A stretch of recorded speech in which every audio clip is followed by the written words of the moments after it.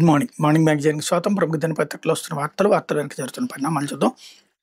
ఈనాడు చూస్తే పోలీసులకు పూర్తి స్వేచ్ఛ అన్నటువంటి వార్తని హైలైట్ చేశారు. అందులో శాంతి భద్రతల కంటే నాకు ఏది ముఖ్యం కాదు, సంఘ విద్రోహ శక్తుల గుండెల్లో రైలు పరిగెత్తించాలి, అలజడులు ఉంటే పెట్టుబడులు రావు, అశాంతి సృష్టించడానికి రాజకీయ ముసుగు, పోలీసు అమరవీరుల సంస్మరణ సభ దినంలో సీఎం చంద్రబాబు, ఏపీ పోలీసులు అంటే ఒక బ్రాండ్ అంటూ పోలీసులకు పూర్తి స్వేచ్ఛ ఇచ్చాం, శాంతి భద్రతల కంటే నాకు ఏది ముఖ్యం కాదు, మీరు కఠినంగా ఉండండి, ఆడబిడ్డలపై అగాత్యానికి పాల్పడిన, తాగిన మైకల్లో చేసిన, పోలీసులు ఏం చేయలేరని అహంభావంతో ప్రవర్తించిన అదే వాళ్ళకి చివరి రోజు కావాలి, అప్పుడే నియంత్రించగలం, ప్రజలకు భద్రత కల్పించండి, మీ సంక్షేమం మీ భద్రత చూసుకునే బాధ్యత ప్రభుత్వాన్ని, ఏపీ పోలీసులు అంటే ఒక బ్రాండ్, ఫ్యాక్షనిజం, నక్సలిజం, రౌడీజం అణచివేయడంలో మీరు దేశంలో మంచి పేరు తెచ్చుకున్నారు అన్నటువంటిది నేను ఆయన ఇచ్చిన ఉపన్యాసం.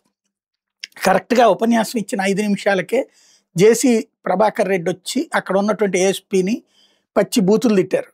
అదే సందర్భంలో లక్ష్మీనాయుడు హత్య జరిగిన తర్వాత పట్టపగలు జరిగితే ఏం యాక్షన్ తీసుకోలేదు. వాళ్ళకి పూర్తి స్వేచ్ఛ ఉంటే అట్లా చేస్తున్నారా, లేకపోతే వాళ్ళే ఆ స్వేచ్ఛ ఇచ్చినా పని చేయట్లేదా, అధికార పక్షానికి దాసోహం అంటున్నారా? అది ఈ మాటలన్న కాసేపటికే నిన్న సాయంత్రం పవన్ కళ్యాణ్ స్టేట్మెంటు, ఏది పేకాట ఇట్లాంటి విచ్చలవిడిగా జరుగుతున్నాయట, అట్లాగే డిఎస్పీ మీద యాక్షన్ తీసుకోండి, అట్లాగే పేకాట మీద నాకు నివేదిక ఇవ్వండి అని. మరి అన్ని సక్రమంగా జరుగుతుంటే పోలీసులు స్వేచ్ఛగా వినియోగిస్తుంటే ఈ పరిస్థితి ఎందుకు వచ్చింది? అది ఒక్కసారి ఆత్మవిమర్శ చేసుకోవాల్సిన అంశం. లేకపోతే ఏపీలో పెట్టుబడులకు అపార అవకాశాలు, గూగుల్ మెత్తల పెట్టుబడులని తక్కువ వ్యవధిలోనే అనుమతి ఇచ్చాం, ఆస్ట్రేలియాలో నిర్వహించిన రోడ్ షోలో మంత్రి లోకేష్ దేశ చరిత్రలోని అతిపెద్ద విదేశీ ప్రత్యక్ష పెట్టుబడితో గూగుల్ సంస్థ విశాఖలో డేటా సెంటర్ని ఏర్పాటు చేస్తుంది. గ్రీన్ఫీల్డ్ డేటా సెంటర్తో పాటు సీ కేబుల్ ల్యాండింగ్ స్టేషన్ రాబోతున్నందున ఇందుకు కావాల్సిన ఎకోసిస్టమ్ను అభివృద్ధి చేసేందుకు అవకాశాలు ఉన్నాయని మంత్రి లోకేష్ వివరించారు. ఆస్ట్రేలియా ఇండియా బిజినెస్ కౌన్సిల్ ప్రతినిధులతో సిడ్నీలో న్యూ సౌత్ వేల్స్ పార్లమెంట్ ఆవరణలో సోమవారం నిర్వహించిన రోడ్ షోలో మంత్రి పాల్గొని మాట్లాడుతూ ఆస్ట్రేలియాలోని డేటా సెంటర్ డెవలపర్లను కలిసి విశాఖ రావాలని ఆహ్వానించాలని ప్రకటించారు. లేకపోతే అమెరికాలో చదువుకునే విద్యార్థులకి ఊరట, అమెరికా వెలుపల ఉండే H1Bకి దరఖాస్తు చేసుకునే వారికి $1,00,000 ఫీజు వర్తిస్తుంది, వీసా స్టేటస్ను మార్చుకునేందుకు అమెండ్మెంట్కి కొనసాగింపుకి అర్హత లేని వారు H1Bకి మళ్ళీ దరఖాస్తు చేసుకుంటే అధిక ఫీజును చెల్లించాల్సిందే, సెప్టెంబర్ 21వ తేదీ నాటికి తమ H1B వీసాల అమెండ్మెంట్కి స్టేటస్ మార్పునికి పొడిగింపుకి దరఖాస్తు చేసుకుని అమెరికాలో ఉన్న విదేశీయులకు ఇది వర్తించదు, వారి పిటిషన్ ఆమోదం పొందితే $1,00,000 ఫీజును చెల్లించాల్సిన అవసరం లేదు అన్నట్టు వార్తని హైలైట్ చేశారు. లేకపోతే రాష్ట్రానికి వాయుగుండం ముప్పు, భారీ నుంచి అతి భారీ వర్ష సూచన, రాష్ట్రానికి వాయుగుండం ముప్పు పొంచి ఉంది, రాబోయే 3 రోజుల్లో భారీ నుంచి అతి భారీ వర్షాలకు అవకాశం ఉన్న నేపథ్యంలో కొన్ని జిల్లాలకు ఆరెంజ్, మరికొన్ని జిల్లాలకు ఎల్లో అలర్ట్ను భారత వాతావరణ విభాగం జారీ చేసింది. నైరుతి బంగాళాఖాతంలో ఏర్పడిన అల్పపీడనం మంగళవారం తెల్లవారుజామున తీవ్ర అల్పపీడనంగా బలపడింది, ఇది పశ్చిమ వాయువు దిశగా కదిలే అవకాశం ఉందని ఐఎండీ తెలిపింది అన్నట్టు వార్తని హైలైట్ చేశారు. లేకపోతే డిఏ బకాయిలు, జీపీఎఫ్ ఖాతాల్లోకి పెన్షనర్లకు నగదు రూపంలో చెల్లింపులు, తొలుత 10%, మిగిలింది 3 విడతల్లో 3.64% కరువు భత్యం మంజూరు చేస్తూ ఉత్తర్వులు. రాష్ట్ర ప్రభుత్వ ఉద్యోగులు పెన్షన్లకు 2024 జనవరి 1 నుంచి 3.64% మేర కరువు భత్యం మంజూరు చేస్తూ ప్రభుత్వం ఉత్తర్వులు విడుదల చేసింది. ఇప్పటికే ముఖ్యమంత్రి చంద్రబాబు విషయంపై ప్రకటన చేసిన విషయం తెలిసిందే. ఆ ఉత్తర్వులు దీపావళి నాడు విడుదలయ్యాయి. కరువు భత్యం బకాయిలకు సంబంధించిన చెల్లింపుల విషయంలో ప్రభుత్వం తీసుకున్న నిర్ణయంపై ఉద్యోగులు అభ్యంతరాలు వ్యక్తం చేశారు. దీంతో ఆ ఉత్తర్వులు సవరిస్తూ తిరిగి మంగళవారం రాత్రి మళ్ళీ ఆర్థిక శాఖ ముఖ్య కార్యదర్శి పీయూష్ కుమార్ ఆదేశాలు జారీ చేశారు. కరువు భత్యం బకాయిల చెల్లింపుకు సంబంధించిన ఈ సవరణలు చేశారు. ఈ డిఏ ఇవ్వడం వల్ల ఉద్యోగులు పెన్షన్లకు ప్రతి నెల అదనంగా వచ్చే నగదును 2025 అక్టోబర్ 1 నుంచి వర్తించేలా జీతంలో కల్పిస్తారు. నవంబర్ 1న ఉద్యోగులకు ఇచ్చే జీతంతోనూ పెన్షనర్లకు ఇచ్చే పింఛన్తో ఈ ప్రయోజనం నగదు రూపంలో నేరుగా లభిస్తుంది. పెన్షనర్లకు కూడా ఈ మేరకు పెంపు వర్తిస్తుంది. 2006లో సవరించిన యూజీసీ పే స్కేల్ పొందుతున్న రాష్ట్ర ప్రభుత్వ ఉద్యోగులు కరువు భత్యం ప్రస్తుతం 230 నుంచి 239% పెంచుతున్నట్టు ఉత్తర్వులు పేర్కొన్నారన్నట్టు హైలైట్ చేశారు. మన వాడైతే ఎట్లా ఉంటుంది శృంగారం, ఎదురోడు చేస్తే విచారం అన్న వార్తకి ఇది సజీవ సాక్ష్యం. ఒక జీవో సవరించడం ఎందుకు జరిగింది? ప్రభుత్వ ఉద్యోగులకి ఇచ్చి ఇప్పుడు జనవరి 1, 2024 నుంచి రావాల్సిన బకాయిలు తర్వాత ఇప్పుడు అది ఆ డిఏ అమలు చేస్తున్నారు వచ్చే జీతంలో. ఈ మధ్యలో ఉన్న ఈ 21 నెలల బకాయిలు ఉన్నాయి కదా, వీటిని ఉద్యోగం రిటైర్ అయినాక ఇస్తాము అన్నటువంటి పాయింట్ చెప్తే ఉద్యోగులు పెద్ద ఎత్తున ఆగ్రహం, ఆవేశం, ఆందోళన వ్యక్తం చేశారు. అలాగే పెన్షనర్లకు సంబంధించి మనం ఒక ఇంటర్వ్యూ కూడా మెన్షన్ చేసుకొచ్చాం. పెన్షన్ల సంఘం కార్యదర్శి ఆయన స్పష్టంగా చెప్పుకొచ్చింది, గత చరిత్రలో మా జీవితంలో 40 ఏళ్లలో ఉద్యోగాలు ఎప్పుడు ఫేస్ చేయలేదు, ఇదేంటి వాళ్ళ పెన్షన్లు ఇప్పుడు రావాల్సిన డిఏ బకాయిల్ని 2027లో 12 వాయిదాల్లో ఇస్తామని చెప్పడం, దాన్ని వాళ్ళు నిలదీసినటువంటి అవి రెండిటిది జరిగిన తర్వాతన ఇక్కడ ప్రభుత్వం మీద ఒత్తిడి రావడంతో ప్రభుత్వం తన తప్పుని సరిదిద్దుకునే ప్రయత్నంలో కొన్ని మార్పులు చేసుకొచ్చింది. చేసింది తప్పు, అది ఉద్యోగుల్లో ఆగ్రహం వచ్చాక సెట్ చేశారు. అదే జగన్ అయ్యి ఉంటే రచ్చ రచ్చ చేసి ఉండేవాళ్ళు. ఇప్పుడు బాబు కాబట్టి వాళ్ళు తీసుకున్న ఆర్డర్‌లు అధికారులు తప్పు చేస్తే సరిదిద్దేశారు చంద్రబాబు. ఇది ఇంక నయం పాలాభిషేకాలు, పొలాభిషేకాలు ఇవాళ ఏమన్నా చేస్తారని చూడాలి. లేకపోతే సర్వీస్‌లో ఉన్న టీచర్లకు టెట్ రాసే అవకాశం సుప్రీంకోర్టు తీర్పు నేపథ్యంలో ఉపాధ్యాయ అర్హత పరీక్ష టెట్ రాసేందుకు ప్రస్తుతం పనిచేస్తున్న టీచర్లకు అవకాశం కల్పించాలని పాఠశాల విద్యాశాఖ నిర్ణయించింది. 2011కు ముందు టెట్ లేకుండా ఉపాధ్యాయ వృత్తిలోకి ప్రవేశించిన టీచర్లకు టెట్ రాసుకునే అవకాశం కల్పిస్తున్నారు. 2 రోజుల్లో టెట్ నోటిఫికేషన్ విడుదల కాబోతుంది. సర్వీసులో ఉన్న ఉపాధ్యాయులు ఉద్యోగంలో కొనసాగాలంటే టెట్ పాస్ కావాలని సుప్రీంకోర్టు సెప్టెంబర్ 1న తీర్పు వెలువరించింది అన్నటువంటి వార్తని హైలైట్ చేశారు. బంగారం ధరల్లో భారీ దిద్దుబాటు, ఒక్క రోజులో $245 క్షీణత.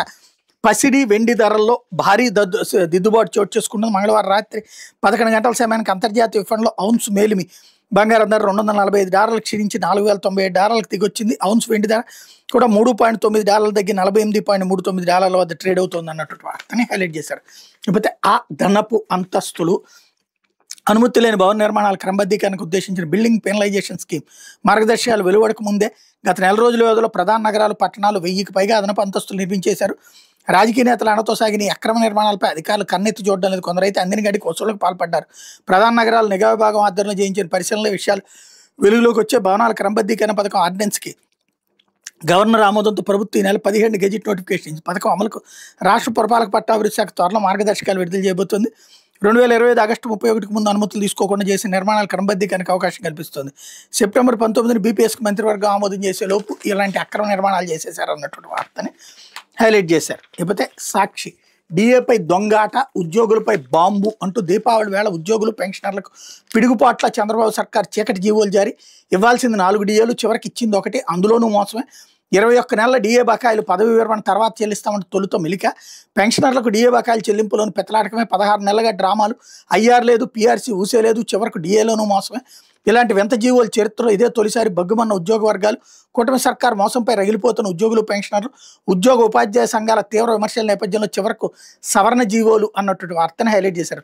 ఉద్యోగుల పట్ల వైఎస్ జగన్ కొన్న చిత్తశుద్ధికి ఇదేనటువంటి డిఏ అరియర్స్ 2021 జూలై నుంచి జీపీఎఫ్ ఖాతాలో జమ చేస్తాం. 2021 జూలై 31 నాటి వైఎస్ జగన్ ప్రభుత్వం జారీ చేసిన జీవో. అట్లాగే 21 నెలల డిఏ బకాయిలను ఉద్యోగుల పదవి విరమణ లేదా వీఆర్ఎస్ సమయంలో చెల్లిస్తామంటే చంద్రబాబు ప్రభుత్వం జీవో 60లో పేర్కొన్న భాగాన్ని ఇక్కడ హైలైట్ చేసుకొచ్చారు. లేకపోతే జగన్ హయాం స్వర్ణయుగమే, చంద్రబాబుది శ్రమ దోపిడీ అంటూ ఎన్నికల్లో ఉద్యోగులు, పెన్షనర్లకు బాబు మాయమాటలు. వైఎస్ జగన్ హయాంలో 11 డిఏలు ఇచ్చారు. బాబు పాలనలో ఇంకా 3 డిఏలు పెండింగ్. వైఎస్ జగన్ అధికారంలోకి రాగానే ఉద్యోగులకు 27% అయ్యారు. ఆ తర్వాత పీఆర్సీ సిఫార్సులు అమలు చేసిన వైఎస్ జగన్ ప్రభుత్వం అన్నట్టు హైలైట్ చేసుకొచ్చారు. లేకపోతే పాక్ చుక్కలు చూపించాం ప్రధానమంత్రి నరేంద్ర మోడీ వెల్లడి. ప్రధాని మోడీ ఆదివారం రాత్రి గోవా తీరంలో స్వదేశీ విమాన వాహనం ఒక ఐఎన్ఎస్ విక్రాంత్పై నావికాదళంతో కలిసి దీపావళి వేడుకల్లో పాల్గొన్నారు. రాత్రంతా ఐఎన్ఎస్ విక్రాంత్లోనే గడిపారు. సోమవారం ఉదయం యోగా చేశారు. నావికాదళం జవాన్లకు శుభాకాంక్షలు తెలిపారు. వాళ్ళకి మిఠాయిలు తినిపించారు. IMI-27 యుద్ధ విమానాలు టేకాఫ్ ల్యాండింగ్ స్వయంగా తిలకించారు అన్నటువంటి వార్తని హైలైట్ చేశారు.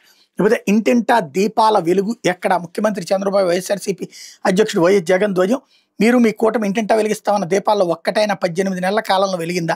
ఆ సంతృప్తి ఎవరికైనా ఉందా అంటూ సీఎం చంద్రబాబు వైఎస్ఆర్సీపీ అధ్యక్షుడు మాజీ ముఖ్యమంత్రి వైఎస్ జగన్మోహన్ రెడ్డి నిలదీశారు. వైఎస్ఆర్సీపీ పాలన 2019-24 మధ్య ఇంటికి అందించిన డీవీటీ అనే ఇంధనం ద్వారా దేదీప్యమానంగా వెలిగిన దాదాపు 30 పథకాలు అవే అనే దీపాలు మొత్తం ఆర్పేసిన మీరు ఇంటింటా నెలకొన్న చీకటికి ప్రతినిధులని చంద్రబాబు దుయ్యబడుతున్న ఎక్స్ ఖాతాలో జగన్ ట్వీట్ చేశారన్నట్టు హైలైట్ చేశారు. తాడిపత్రి ఏఎస్పీపై జేసీ జులుం. పోలీసుల సమక్షంలో టీడీపీ నేత దుర్భాషలో రేయి పనికిమాలిన ఏఎస్పీ అంటూ తెట్లదండకం.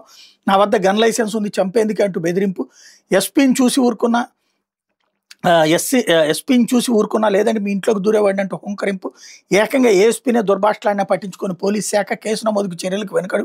టీడీపీ నేత కాబట్టి చర్యలు తీసుకోలేదని సర్వత్రా విస్మయం అన్నటువంటి వార్తని హైలైట్ చేశారు. మొన్ననే తమ కార్యకర్తల్ని అక్రమంగా వేధిస్తున్నారంటూ వెళ్ళి అడిగినటువంటి, అది కూడా ఏంటి, వైసీపీ మెడికల్ కాలేజీల గురించి యాజిటేషన్ చేస్తే వాళ్ళని తీసుకొచ్చి పోలీస్ స్టేషన్లో పెడుతుంటే దాని గురించి అడగడానికి వెళ్ళినటువంటి పేర్ని నాని ఒక క్వశ్చన్ చేస్తే దాని మీద హడావిడి చేశారు. పేరు నాని మీద కేసులు పెట్టారు.